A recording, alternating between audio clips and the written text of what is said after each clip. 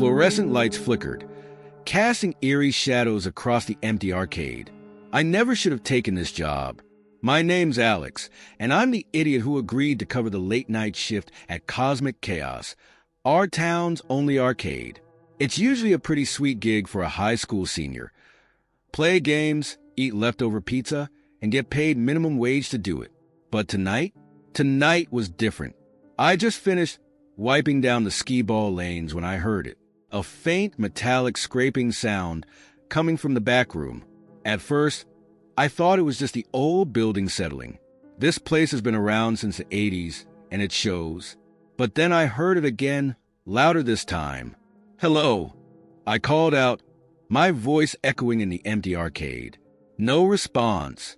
I shook my head, trying to calm my nerves. It's probably just a rat or something, I told myself.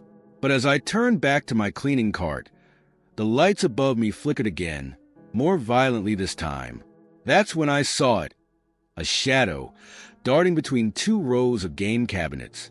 My heart leaped into my throat. "Is someone there?" I shouted, trying to sound braver than I felt. Again, silence was my only answer. I fumbled for my phone, planning to call my boss. As the screen lit up, my stomach dropped. No signal. Of course. The arcade's always been a dead zone. The scraping sound came again, definitely from the back room now. I gripped my mop like a weapon, inching towards the employees-only door. My palms were sweaty, and I could hear my own ragged breathing in the silence. As I reached for the door handle, a deafening electronic screech filled the air. I whirled around to see the screens of a dozen arcade games flaring to life, their tracked modes blaring a cacophony of 8-bit music and sound effects. "What the hell?" I muttered, backing away from the door. The games shouldn't be turning on by themselves. They're all on timers, set to power down after closing. That's when I heard it. Footsteps. Slow, deliberate, coming from behind me. I spun around, mop at the ready, but there was no one there. Just rows of glowing screens, their characters frozen in pixelated grins. "Okay, this isn't funny," I yelled, my voice cracking. "If this is some kind of prank, it's over. Come out." The footsteps started again, faster now. I turned in a circle, trying to pinpoint their source, but it was impossible. They seemed to be coming from everywhere at once. I backed up against the prize counter, my eyes darting from shadow to shadow. The colored lights from the games cast weird patterns on the walls, making everything look distorted and unreal. A loud bang from the back room made me jump. Something had fallen over or been knocked over. I knew I should just get out, run for the exit, and not look back. But a sick curiosity kept me rooted to the spot. What if someone had broken in? I couldn't just leave without knowing. Taking a deep breath, I crept towards the back room again. The door was slightly ajar now, a sliver of darkness visible through the crack. With a trembling hand, I pushed it open. The back room was pitch black. I fumbled for the light switch, flicking it on and off. Nothing. The bulb must have burned out. I pulled out my phone again, using its feeble light to scan the room. Shelves lined the walls, stocked with spare parts and old game manuals. A half-repaired pinball machine sat in one corner, its glass top reflecting my phone's glow. As I swept the light across the room, I saw it, a figure, hunched in the far corner. I opened my mouth to scream, but no sound came out. The figure slowly turned its head towards me, and I caught a glimpse of pale, sunken eyes. I stumbled backward, slamming the door shut. My heart was pounding so hard I thought it might burst out of my chest. I ran for the front entrance, not caring about anything except getting out of there. But as I reached for the door, I realized with horror that it wouldn't budge. The electronic lock had engaged, trapping me inside. Panic set in as I pounded on the glass, screaming for help. But the parking lot was empty and the nearest buildings were dark. No one was around to hear me. A loud crash from the back room made me jump. Whatever was in there was coming out. I darted behind the prize counter, trying to control my breathing. Think, Alex, think. There has to be a way out. The emergency exit. It was on the other side of the arcade, past the back room. If I could just make it there. I peeked over the counter. The employees-only door was still closed, but I could hear movement behind it. Scraping, shuffling sounds that made my skin crawl. It was now or never. I took a deep breath and made a run for it. I hadn't gone 3 steps when the lights went out completely. The arcade plunged into darkness, broken only by the glow of game screens. I stumbled forward, using the faint light to guide me. I was halfway to the emergency exit when I heard the back room door creak open. Footsteps again, slow and steady. I didn't dare look back. I reached the emergency exit and slammed into the push bar. Nothing happened. The door didn't budge. No, no, no, I muttered, shoving against it with all my strength. It was stuck fast, as if someone had welded it shut. The footsteps were getting closer. I could hear ragged breathing now, not just my own. In desperation, I turned to face whatever was coming. The arcade was a maze of shadows, the game screens casting just enough light to make every dark corner seem alive. "Who's there?" I called out, my voice shaking. "What do you want?" A low chuckle was the only response. It seemed to come from everywhere at once, echoing off the walls. I backed up against the emergency exit, my eyes darting from shadow to shadow, and then I saw it. A figure emerged from between 2 game cabinets. It was tall, unnaturally so, its head nearly brushing the ceiling. As it stepped into the glow of a nearby screen, I got my first clear look at it. It wasn't human, not even close. Its body was a patchwork of metal and wires, arcade machine parts cobbled together into a grotesque parody of a human form. Where its face should have been, there was only a blank screen, flickering with static.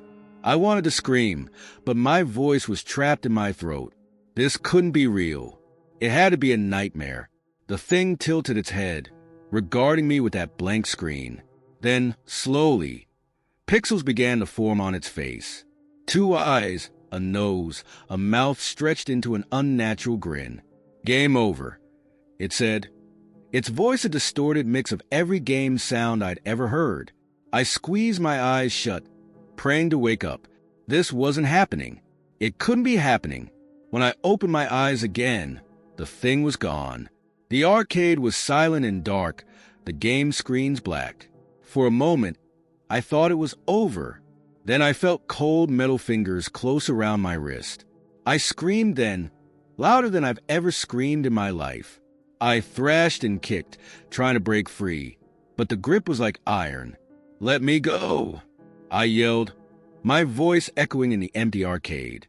Suddenly, there was a click, and the emergency exit swung open behind me. I tumbled backward, landing hard on the pavement outside. I scrambled to my feet, ready to run, but stopped short. The arcade was bright and empty, looking exactly as it had at the start of my shift. Through the glass doors, I could see the game screens dark, the prize counter neat and tidy. There was no sign of the metal monster, no evidence of anything out of the ordinary. I stood there for a long time, my heart racing, trying to make sense of what had happened. Had it all been in my head? Some kind of stress-induced hallucination? As the sun began to rise, casting long shadows across the parking lot, I made a decision. I walked back to the front entrance, my hand shaking as I used my key to unlock the door. The smell of stale popcorn and cleaning solution hit me as I stepped inside. Everything looked normal, peaceful even in the early morning light. I made my way to the back room, half expecting to find it in disarray, but it was just as I'd left it at the start of my shift. Tools neatly arranged on shelves, spare parts stacked in boxes. I was about to leave, to write the whole thing off as a bizarre dream, when something caught my eye. There, in the corner where I'd seen the hunched figure, was a small pile of metal scraps and wires. As I bent to examine them, a chill ran down my spine. They looked like they'd been pulled from the inside of an arcade machine, but they were arranged in a pattern that looked disturbingly like a crude, smiling face. I backed out of the room, my heart pounding. Whatever had happened last night, whatever I'd seen or imagined, one thing was clear. I was never working the late shift at Cosmic Chaos again. As I left the arcade, locking the door behind me, I couldn't shake the feeling that I was being watched. And somewhere in the back of my mind, I could have sworn I heard the faint, tinny sound of an arcade game powering up. Game over, indeed. The moment the security gate slammed shut, I knew we were in trouble. What was supposed to be a fun night out turned into a fight for survival. Trapped in the last place I ever expected. Pixel Paradise, our local arcade. My name's Jamie, and I'm about to tell you why I'll never look at an arcade the same way again. It was supposed to be a simple celebration, my best friend Zoe's 18th birthday. We'd been planning it for weeks. Pizza, cake, and an all-night gaming marathon at Pixel Paradise. The place was a relic from the 90s, all neon lights and classic cabinets. But it was our haven, or so we thought. There were 5 of us. Me, Zoe, her boyfriend Tyler, and our friends Mia and Dion. We'd been there for hours, lost in the beeps and flashing lights of our favorite games. I was in the middle of trying to beat my high score on Galaga when the first sign of trouble hit. The lights flickered. Just for a second. I thought nothing of it at first. The place was old, after all. But then it happened again, longer this time. Hey! What's going on with the lights? Mia called out from the Dance Dance Revolution machine. Before anyone could answer, there was a loud clang from the front of the arcade. We all turned to see the metal security gates slamming down over the entrance. What the hell? Tyler muttered, moving towards the front. That's when the main lights went out completely, leaving us in a sea of flickering game screens and emergency exit signs. Very funny, guys, Zoe shouted, her voice echoing in the sudden quiet. Great birthday prank. But as we gathered near the entrance, the realization slowly dawned on us. This was no prank. The gates were down tight, and the electronic lock on the door was flashing red. We were locked in. It's okay, we'll just call for help, Dion said, pulling out his phone. His face fell as he stared at the screen. No signal. Damn. One by one, we all checked our phones.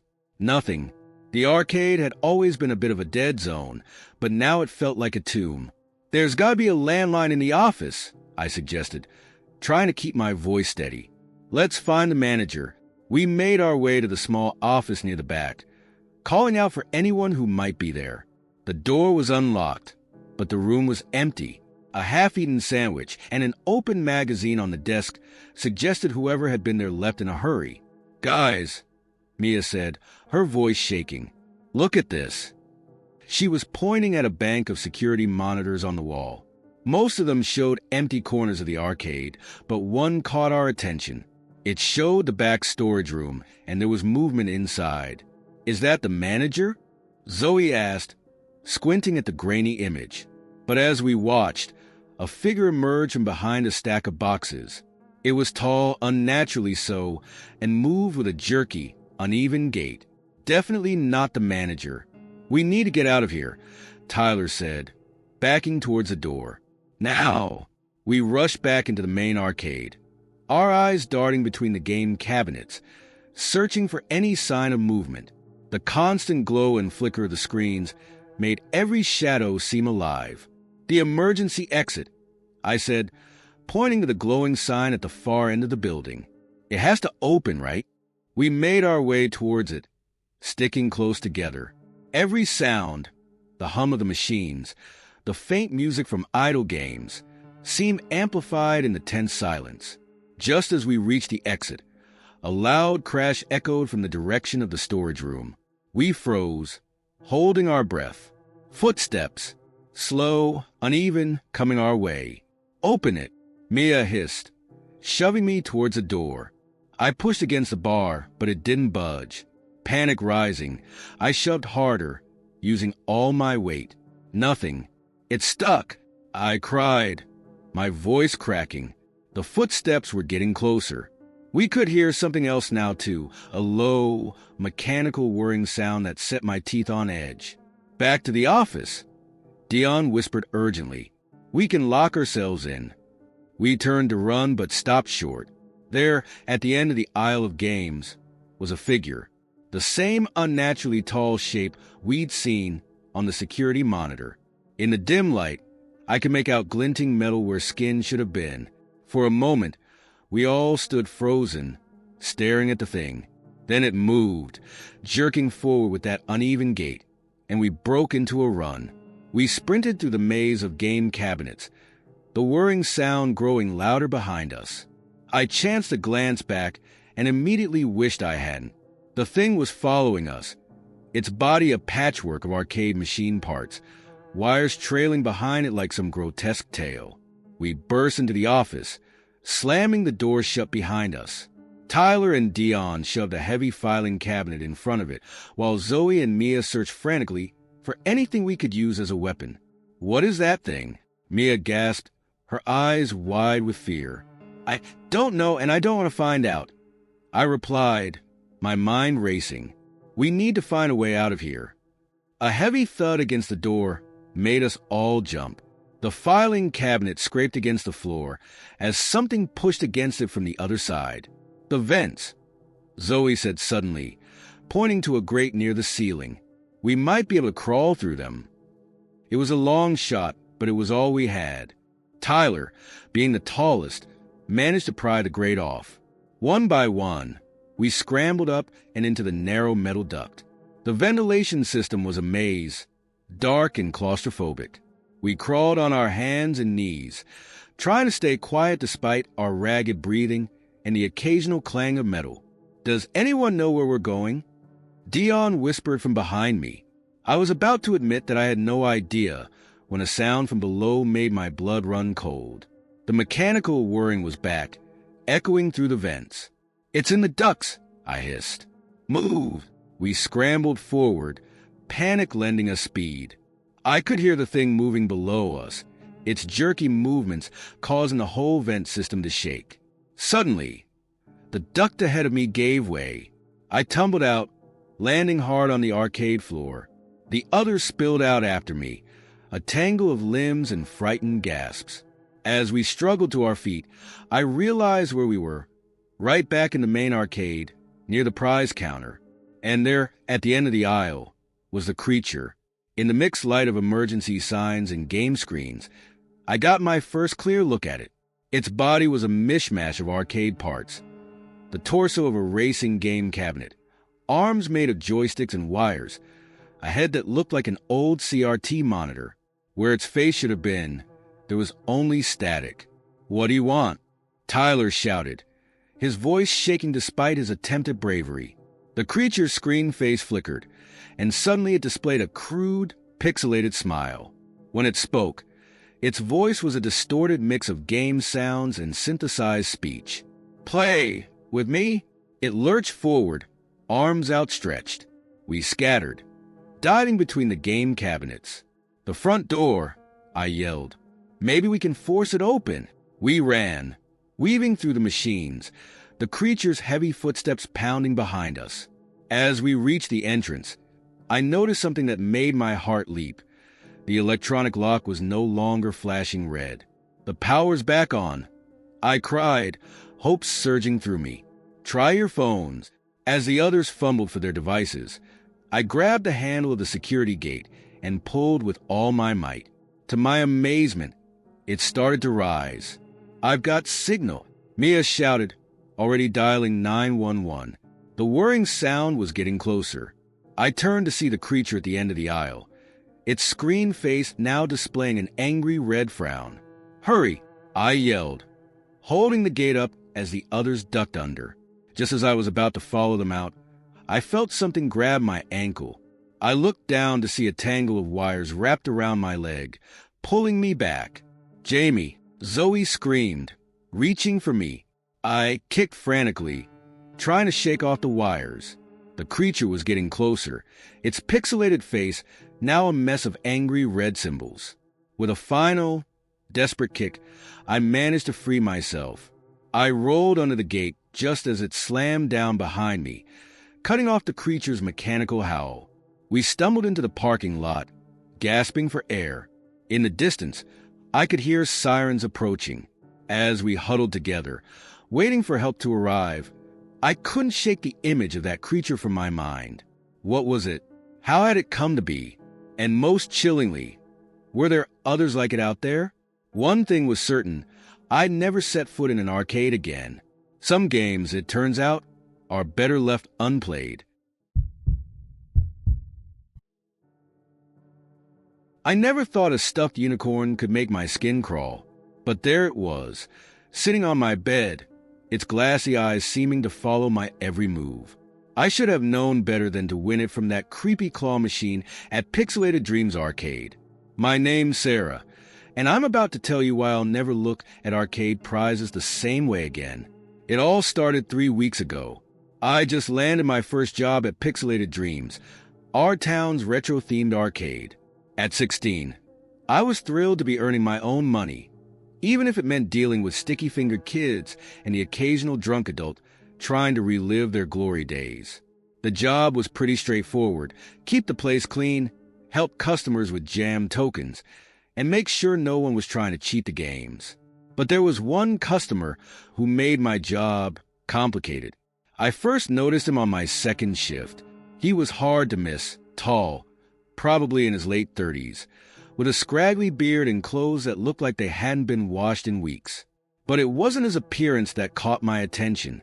It was the way he stared. At first, I thought he was just really into the game he was playing, some old fighting game I didn't recognize. But as I walked past to clean a nearby machine, I felt his eyes on me. Not a casual glance, but an intense, unwavering stare that made my skin prickle. I tried to shake it off. Working at an arcade, you get all types. But as the days went by, I noticed a pattern.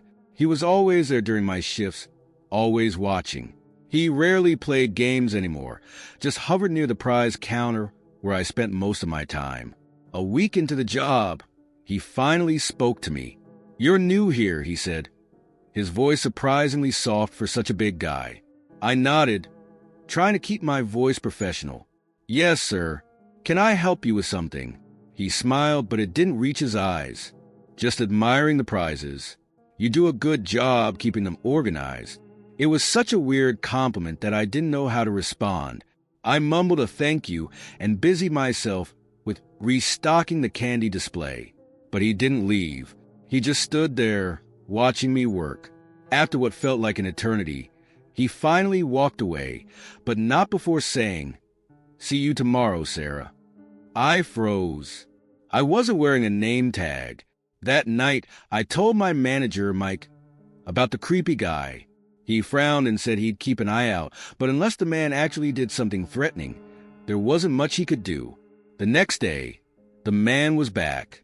This time, he came right up to the counter. "I brought you something," he said, reaching into his pocket. My heart rate spiked. Was this it? Was he going to pull out a weapon? Instead, he produced a small plastic flower, the kind you might win from a cheap vending machine. "I saw this and thought of you," he said, placing it on the counter. I stared at the flower, my mind racing. This was crossing a line, right? But before I could say anything, he was gone, disappearing into the noisy crowd of the arcade. I told Mike about the flower. He looked concerned, but still said his hands were tied. "Maybe he's just socially awkward," he suggested. "But if he does anything else, let me know immediately." Days passed, and the gifts kept coming. A mood ring, a miniature stuffed animal, a keychain with my initials on it. Each one appeared mysteriously on the counter when I wasn't looking.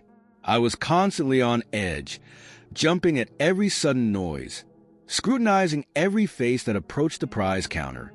My co-workers noticed my unease, but I brushed off their concerns. I didn't want to seem like I couldn't handle the job. Then came the unicorn. It was a slow Tuesday night. I was wiping down the claw machines when I noticed him at one of them, his face pressed close to the glass. As I watched, he won, the claw descending and actually grabbing one of the larger prizes, a stuffed unicorn with a rainbow mane. He turned, unicorn in hand, and our eyes met. The smile that spread across his face made my blood run cold. Slowly, deliberately, He walked to the prize counter and set the unicorn down. "For you," he said. "A pretty prize for a pretty girl." I opened my mouth to refuse, to tell him this had to stop, but no words came out. He leaned in close, his breath hot on my face. "I'll see you soon, Sarah. Very soon." And then he was gone, leaving me alone with the unicorn and a rising sense of panic. That night, I couldn't sleep.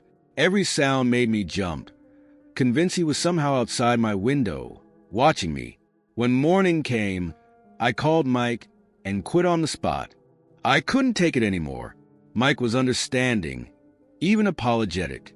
He promised to ban the man from the arcade and offered to walk me to my car to get my things. Relieved, I agreed. The arcade was quiet when we arrived, still an hour before opening.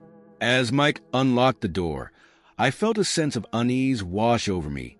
Something was wrong. We stepped inside, and I immediately saw why.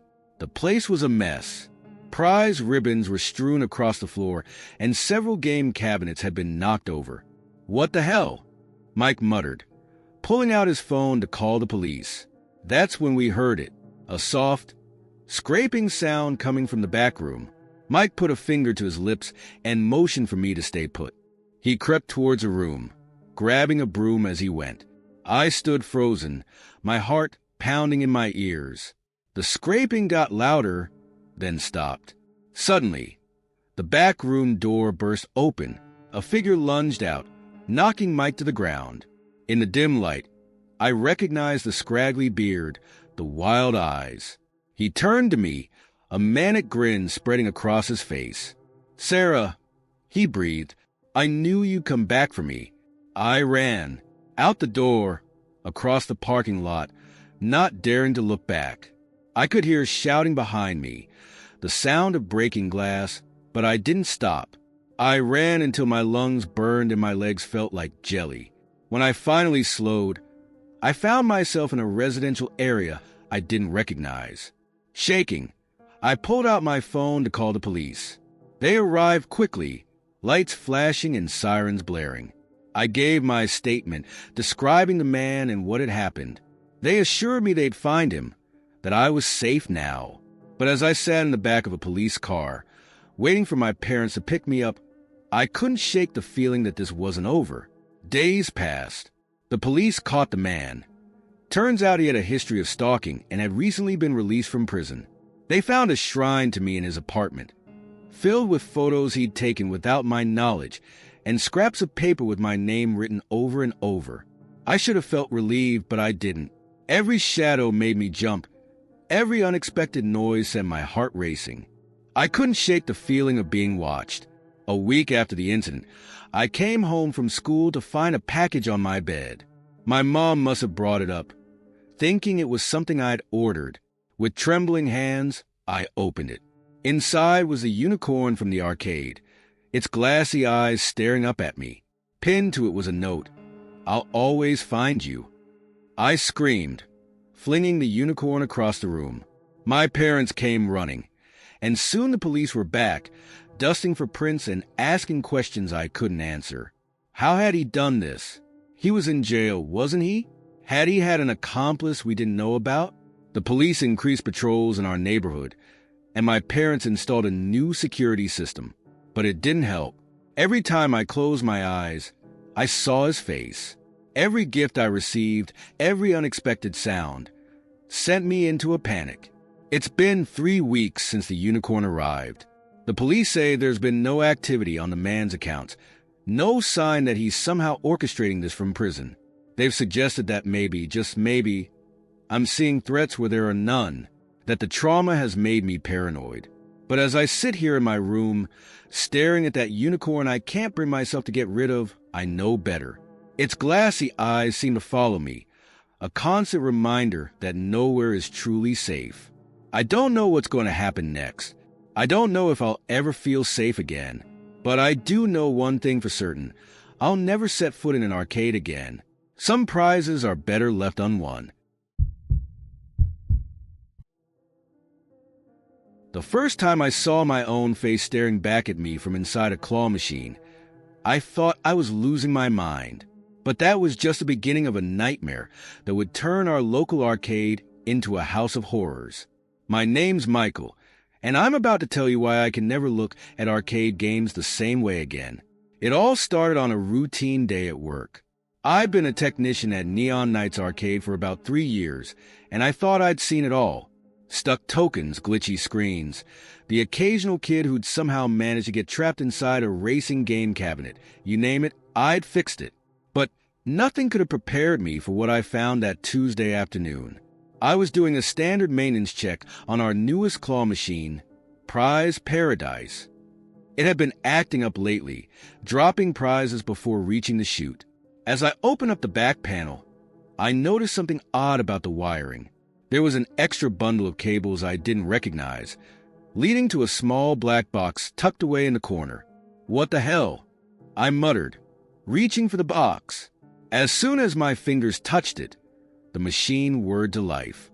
The claw started moving on its own, swinging wildly before plunging down into the pile of stuffed animals.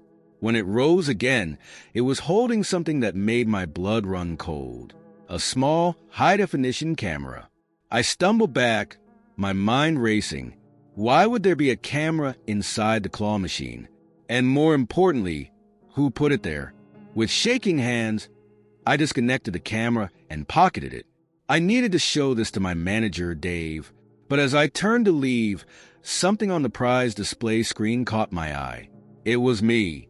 Not just my reflection, but a crystal clear image of me from moments ago, reaching into the machine. The image flickered and changed, showing different angles of the arcade. It was a live feed. My heart pounding, I scanned the room. How many more cameras were hidden in here? And who was watching? I practically ran to Dave's office, bursting in without knocking. "Dave, we've got a serious problem," I gasped, holding out the camera. Dave's face went pale as I explained what I'd found. "Lock the doors," he said, his voice tight. "We need to sweep every machine in here before we open tomorrow." We spent the next several hours combing through every game in the arcade. By midnight, we'd found cameras in over a dozen machines, claw games, racing simulators, even inside the change dispensers. "This is insane," Dave muttered, running a hand through his thinning hair. "Who would do this? And why?" I shook my head, too overwhelmed to speculate. But as we stood there, surrounded by a pile of dismantled cameras, a thought struck me. "Dave," I said slowly, "where do all these feeds go?" His eyes widened as the implications sank in. Somewhere, there had to be a receiver for all this footage, and it had to be close by to maintain the connection. We split up, searching every nook and cranny of the arcade. I was checking behind a row of pinball machines when I heard Dave shout from the back storage room. I rushed over to find him standing in front of an old supply cabinet. But instead of cleaning supplies, the shelves were lined with monitors, each displaying a different view of the arcade. "My God!" I breathed, taking in the array of screens. There was even a setup for recording and storing footage. Dave was already on the phone with the police. As he talked, I noticed something that made my skin crawl. One of the monitors showed the outside of the arcade, and there was a figure standing in the shadows, watching the building. "Dave," I hissed, pointing at the screen. But even as I did, the figure melted away into the darkness. The police arrived within minutes, filling the arcade with flashing lights and urgent voices. Detective Reyes, a no-nonsense woman with sharp eyes, took charge of the scene. "How long has this been going on?" she asked as we showed her the camera setup. "We don't know," Dave admitted. "Could be days, could be months." Detective Reyes frowned, examining one of the cameras. "This is professional-grade equipment," she mused. Whoever did this knew what they were doing. As the police combed through the arcade, I couldn't shake the feeling that we were missing something. Why go to all this trouble? What was the end game? It was nearly dawn when Detective Reyes approached me, her face grim. "We found something you need to see," she said, leading me to a back office I rarely used. Inside, the room had been transformed.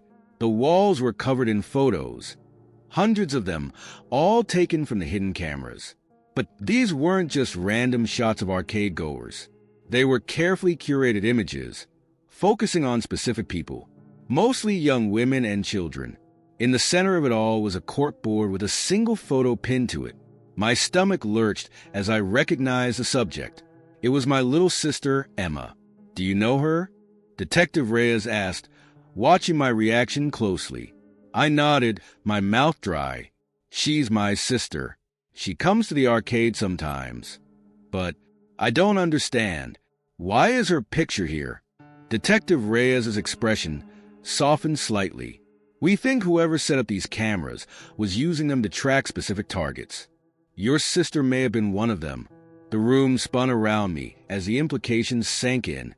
Someone had been watching Emma, studying her movements, her habits. And I had been right here, oblivious to it all. "We're going to need to speak with your sister," Detective Reyes continued. "And in the meantime, I suggest you both stay somewhere else. Somewhere safe." The next few days passed in a blur of police interviews and sleepless nights. Emma was shaken but brave, answering the detective's questions as best she could. No, she hadn't noticed anyone following her. No, she hadn't received any strange messages or gifts. We stayed at our aunt's house, jumping at every unexpected sound. The arcade remained closed, transformed into a crime scene as the police continued their investigation. It was a week later when Detective Reyes called us in for an update. They had a suspect, a former employee who had been fired 6 months ago for inappropriate behavior towards female customers. "We found evidence linking him to the camera setup," she explained. "But we haven't been able to locate him yet." I felt a chill run down my spine. "You mean he's still out there?" Detective Reyes nodded grimly. "We're doing everything we can to find him. In the meantime, we'll have officers patrolling your neighborhood." As we left the police station, I couldn't shake the feeling that this was far from over. The arcade had always been my safe place, a neon-lit escape from the real world. Now it felt tainted, its cheerful beeps and flashing lights hiding something sinister. Days turned into weeks. The arcade remained closed, its windows dark and empty. Emma tried to put on a brave face, but I could see the fear in her eyes every time we passed a game cabinet in the mall or a claw machine at the supermarket. It was a month after our grim discovery when it happened.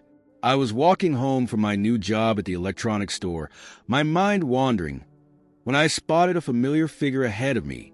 It was him, the man from the police photos, the one who had turned our lives upside down. He was just standing there on the sidewalk, staring at me with a twisted smile. Before I could react, he turned and ran, disappearing down an alley. I gave chase, my heart pounding in my ears. I couldn't let him get away, not after everything he'd done. The alley led to an abandoned lot, overgrown with weeds and littered with trash. As I burst into the open space, I realized too late that I'd made a terrible mistake. He was waiting for me, a glint of metal in his hand. "You ruined everything," he snarled, his eyes wild. "I had it all set up perfectly, and you had to go snooping." I backed away slowly, my hands raised. "It's over," I said, trying to keep my voice steady. "The police know everything. You can't hide anymore." He laughed, a harsh, grating sound. "Hide? I'm not hiding. I'm finishing what I started." He lunged at me, the knife flashing in the fading light. I dodged, feeling the blade slice through my jacket sleeve. We grappled, falling to the ground in a tangle of limbs and desperation. I don't know how long we fought. Every second felt like an eternity. My world narrowed to the glint of the knife and the madness in his eyes. But suddenly, there were shouts, the pounding of feet. The cavalry had arrived. As the police swarmed the lot, I felt the fight drain out of me. It was over. Really, truly over. In the days that followed, the full extent of the man's obsession came to light. He had been planning his revenge for months, using the arcade cameras to stalk potential victims. Emma had just been one of many targets. The arcade never reopened. The building was eventually torn down, replaced by a generic strip mall. But sometimes, when I pass by that spot, I swear I can still hear the faint echo of game music, see the ghostly flicker of screens in the windows. I don't play arcade games anymore. The sight of a claw machine makes my palms sweat, and the sound of electronic beeps and boops sends my heart racing. Some things, once seen, can't be unseen. Some games, once played, leave scars that never fully heal. But we survived. We're healing. And every day, the neon-tinted nightmare of Neon Nights Arcade fades a little more into memory. The moment the lights went out, I knew something was terribly wrong. What started as a typical Friday night at Pixel Palace Arcade turned into a nightmare I'll never forget. In the darkness, surrounded by the eerie glow of idle game screens, I realized that not everyone would make it out alive. My name's Ethan, and this is the story of how a power outage at our local arcade became a fight for survival. I'd been working at Pixel Palace for about 6 months, manning the prize counter and keeping an eye on the rowdier kids. It wasn't a glamorous job, but hey, free game tokens and all the stale popcorn I could eat. For a college student, it wasn't a bad gig. That Friday had been busier than usual. A storm was rolling in, and it seemed like half the town had decided to wait it out surrounded by flashing lights and 8-bit music. The place was packed, a cacophony of beeps, buzzers, and excited shouts. I was in the middle of restocking the claw machines when the first rumble of thunder shook the building. A few kids yelped, but most just laughed it off, too engrossed in their games to care. "Sounds like it's getting nasty out there," my co-worker, Jen, shouted over the noise as she passed by with a mop bucket. I nodded, glancing at the windows. The sky had turned an ominous greenish-black, sheets of rain lashing against the glass. "Yeah, hope the power holds." Before I could finish my sentence, a blinding flash of lightning lit up the arcade, followed immediately by a deafening crack of thunder. The lights flickered once, twice, and then everything went dark. For a moment, there was silence. Then, chaos erupted. Kids started screaming. I heard the crash of someone stumbling into a game cabinet, followed by more yells and the sound of breaking glass.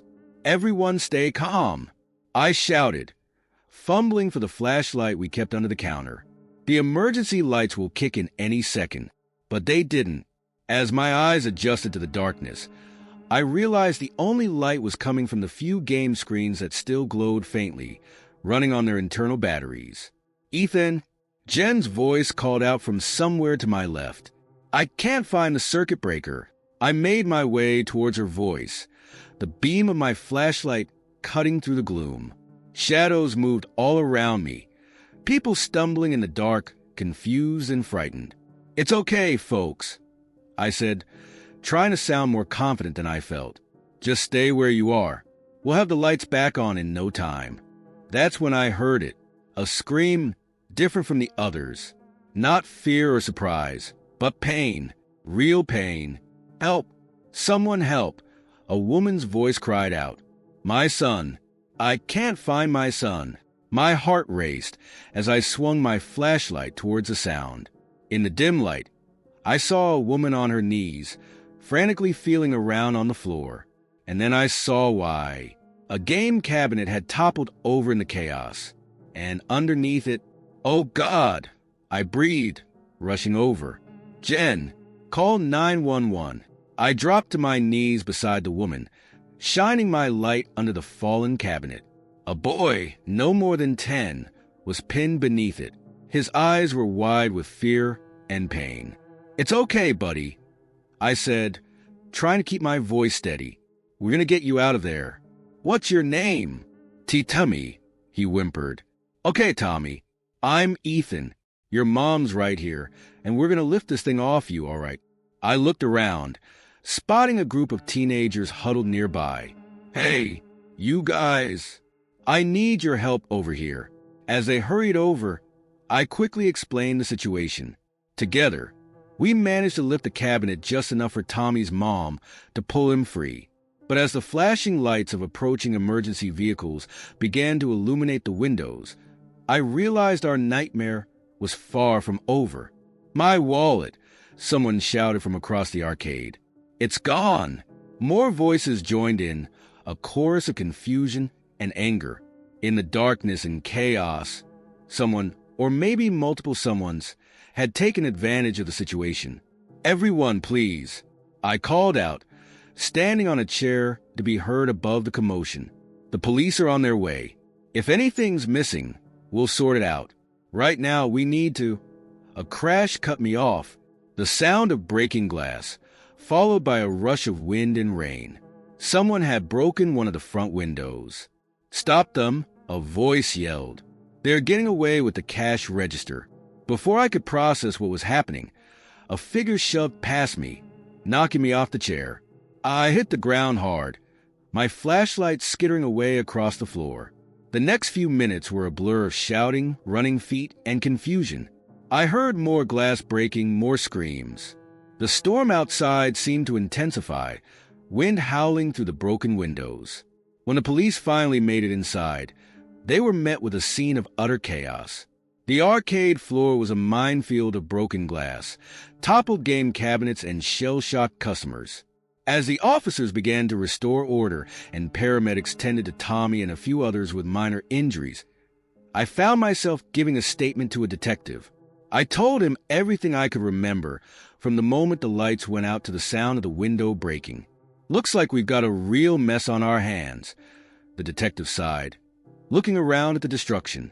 Any idea who might have taken advantage of the blackout? I shook my head, feeling utterly drained. Could have been anyone. It was so dark, and everyone was panicking. As dawn broke, casting a pale light through the broken windows, the full extent of the damage became clear. Several game cabinets destroyed, the prize counter ransacked, and the cash register gone. But worse than the physical damage was the sense of violation. Our little arcade, once a place of fun and escape, had become the scene of a crime. In the days that followed, the true story emerged bit by bit. It turned out that a small group of regulars, people we'd seen in the arcade almost every day, had planned the whole thing. They'd cut the power themselves, using the storm as cover, and then used the chaos to rob the place blind. Tommy, thankfully, made a full recovery. The arcade's insurance covered most of the damage, and we reopened a month later with new security measures in place. But things were never quite the same. For weeks after, I'd jolt awake in the middle of the night, heart pounding, the sound of breaking glass and terrified screams echoing in my ears. Every time the lights flickered, even for a moment, I'd feel a cold sweat break out on my forehead. I kept working at Pixel Palace for another year, but the joy had gone out of it. Every time I looked at the prize counter, I remembered the fear in Tommy's eyes as we lifted that cabinet off him. Every beep and chime from the games reminded me of the chaos of that night. In the end, I had to leave. I couldn't shake the feeling that at any moment, the lights could go out again, plunging us all into darkness and revealing the worst in people. It's been 5 years since that night, and I still can't bring myself to set foot in an arcade. The flashing lights and electronic sounds that once brought such happiness now only remind me of how quickly things can go wrong, of how thin the veneer of civilization really is. Sometimes, when I pass by Pixel Palace, I'll catch a glimpse of kids laughing inside, lost in their games, and for a moment I'll remember how it used to be. But then I'll see the new security cameras, the reinforced windows, the sign reminding customers that bags will be checked upon exit, and it all comes rushing back. I've tried to move on, to tell myself it was just one bad night, but deep down, I know the truth. In those moments of darkness, when the storm raged outside and chaos reigned within, I saw something I can never unsee. I learned that sometimes, the real monsters aren't the ones on the game screens. They're the ones standing right next to you, waiting for their chance to strike. And in the end, that's the scariest game of all, never knowing who might be playing it.